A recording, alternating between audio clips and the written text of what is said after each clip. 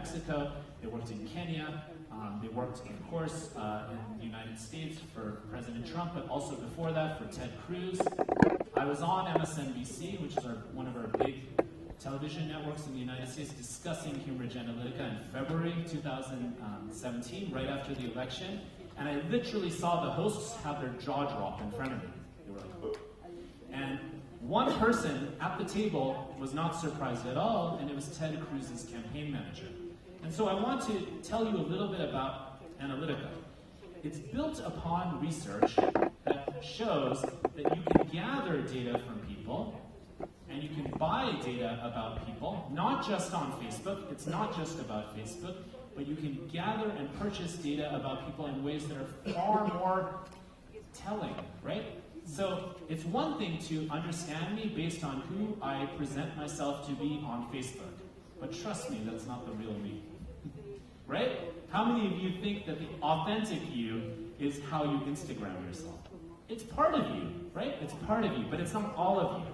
But what if I was able to purchase all your credit card data every time you went to OXXO, right? And know what you're buying, when you're buying it, and correlate that data with your Facebook data, right? That allows us to take disaggregated data forms, meaning they're disconnected in our lives, and reconnect them to build models of psychological and personal identity.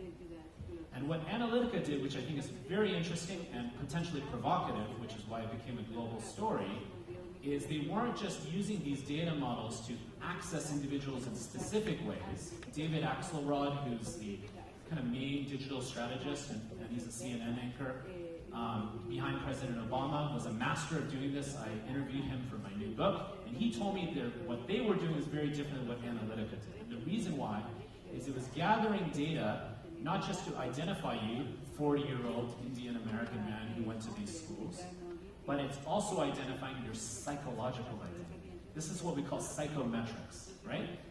So it's that he's not that he's 40 years old and Indian American. He's 40 years old, he's Indian, and he's neurotic at these times of the day in relation to his wife, maybe, and open-minded when he's with new people, like all of you, and anxious at these other times. So there are much more subtle ways of understanding one's identity.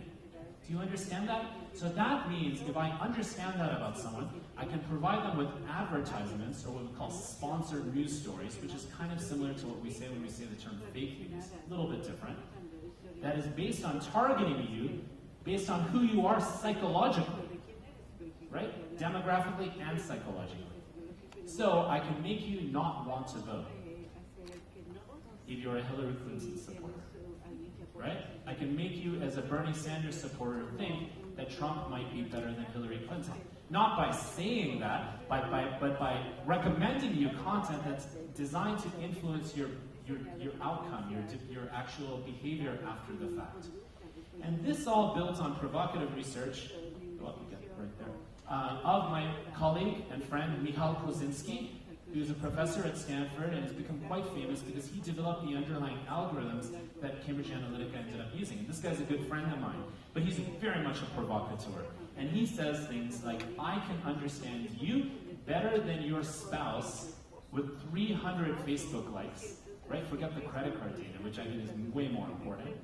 I can understand you and make predictions about you more than any of your friends with 10 Facebook likes, 70 more than a friend, 150 more than a family member.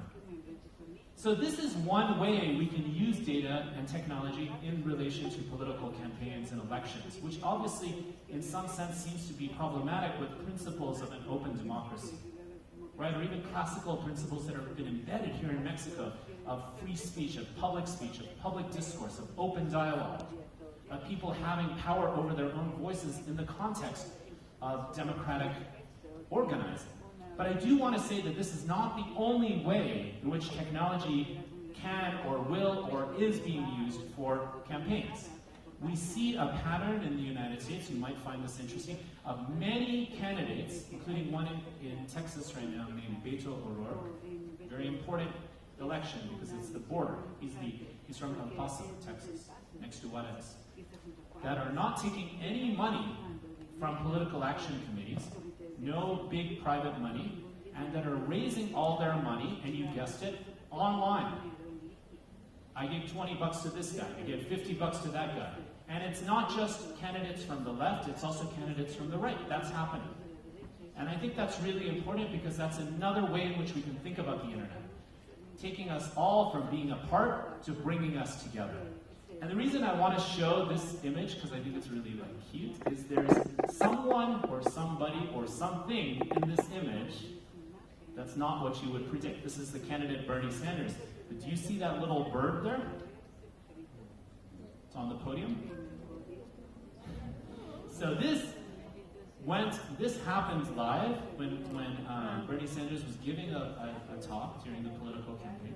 This bird showed up on the podium, and instantly it became the viral trending topic all over social media. And why is that? It's because there was a photographer right there, there was a Twitter kind of team right there, and they took this little micro event and they made it a macro meme, right? Another one that was very popular in the United States was Obama Girl. I don't know if you remember this. In 2008.